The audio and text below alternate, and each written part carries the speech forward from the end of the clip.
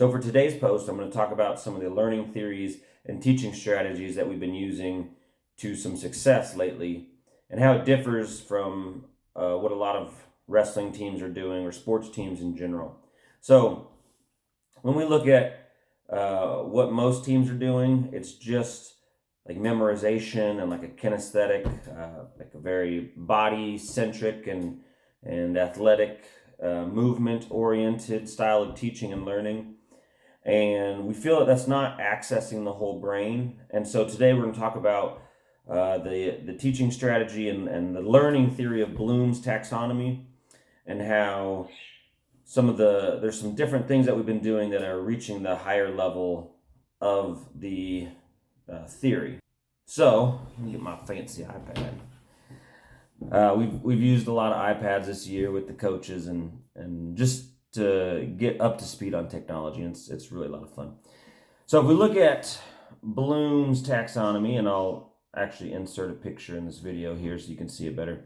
But these bottom three layers, the remember, understand, and apply, I mean, that's all most wrestling teams are doing, is they show a move and the kids go out and do the move. And that's basically what it is. You have to remember the move. You can analyze the steps, and you go out and do like a one-step move or maybe a two-step move. And there's three other levels of this pyramid that we're trying to really access and get these wrestlers' brains to kind of wrap around here. If you only do the memorization, if you only do the show a move and teach a move, you're not getting the full learning theory or the full concept, and then their brains aren't accessing that top level that they're capable of.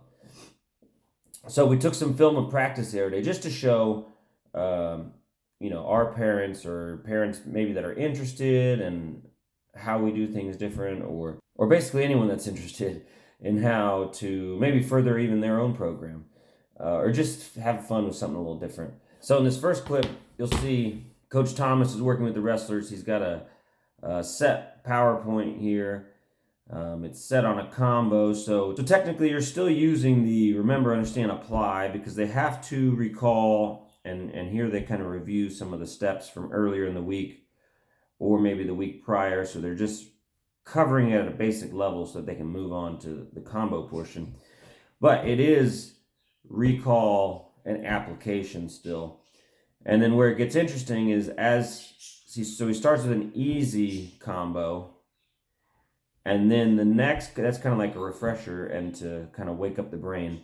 The next combo is sort of a medium combo. Now you're getting like 4, 5, 6 steps deep into a combo.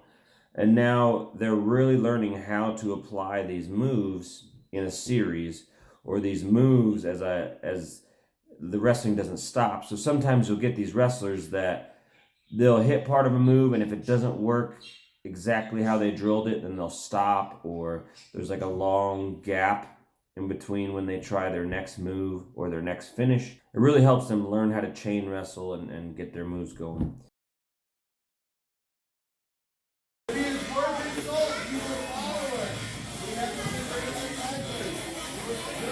You guys have a minute 30. Get a picture of this combo.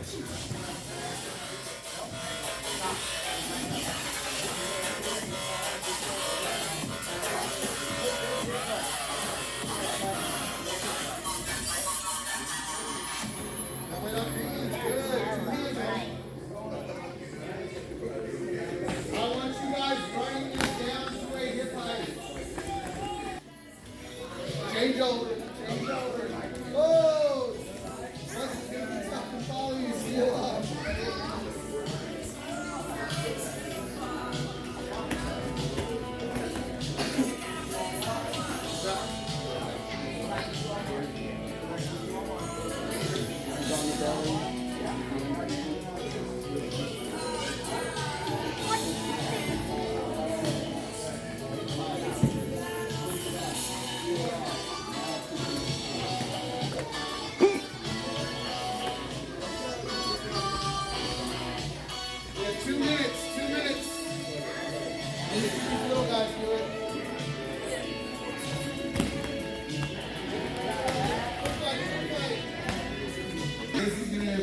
incorporate our Granby, okay? So he's gonna lift, okay? He takes his hand, lift, he's gonna foot fight, and then as soon as his toe comes down, he's gonna hit that Granby. Good. And now, yeah, you got away, okay? Even if he falls a little bit, wrestle through the situation, get away. Now he's gonna do his low level pressure to get into thumb lock, okay?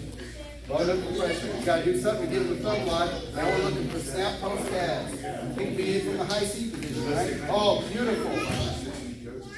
Now this last clip is where it gets really exciting. It's the combo work, but it's also where they get to create their own combos. And here's where you're really gonna see the analyze, evaluate, and create portions of the pyramid, because the kids get to partner up, and it's semi-structured in that, depending on the week. So Thomas here has a couple moves that he really wants to see inside of their created combination. Now they can create the moves that lead up to it, or sometimes we'll just do a free-for-all, like you need to have at least 6 exchanges, and it needs to look like a match. So it'd be like a takedown, and either top or bottom can score, and into some sort of flurry.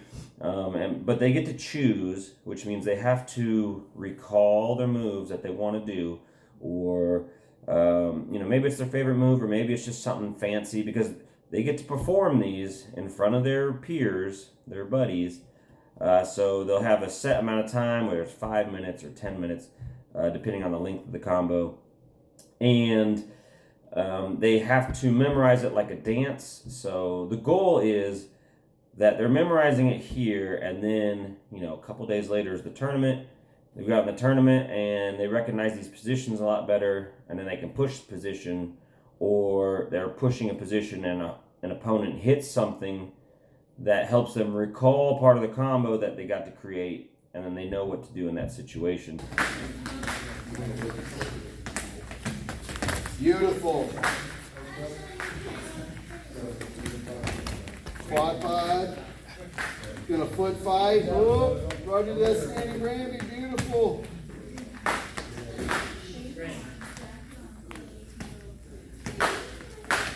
Oh, nice toss.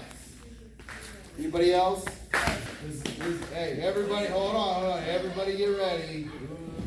Ooh.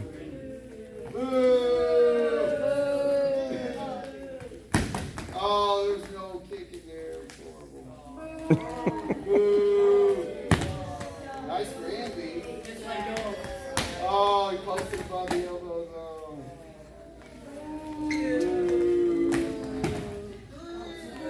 Who got it best? Who did the Anyway, we've been experimenting with this a lot. Again, it's Bloom's Taxonomy. It's our favorite learning theory and teaching practice, to where we're really letting these kids sort of develop their own style, and it's not just do what I say because I said so. Like, that's the old way. That stuff doesn't work at the top level.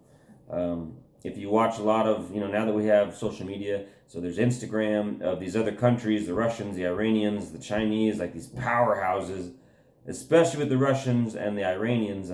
They get so much freedom, and if you watch their workouts, like there's drilling, and it's a lot of play wrestling and loose drilling and and they're actually the innovators of so many of these scrambles, these new scrambles that we're seeing, and it's because it's not so super structured all the time, and that's what we're trying to do for these kids. Not only does it help them learn things better, but it's a lot more fun for them and for the coaches. Like, even as a coach, I get burned out if it's the same thing every single day. And to get these kids, because they get to perform in front of their friends, and it's a blast for them, especially when they get to do sneak in a high flyer move every now and then, where they get to be real fancy, and then a couple, brute moves where they get to use their muscles. It's a game changer in that, like, you get more retention because kids want to come to practice more too, and so keeping them in the game for the long run is the goal. And then keeping them improving and evolving constantly is our secondary goal. So keep grinding.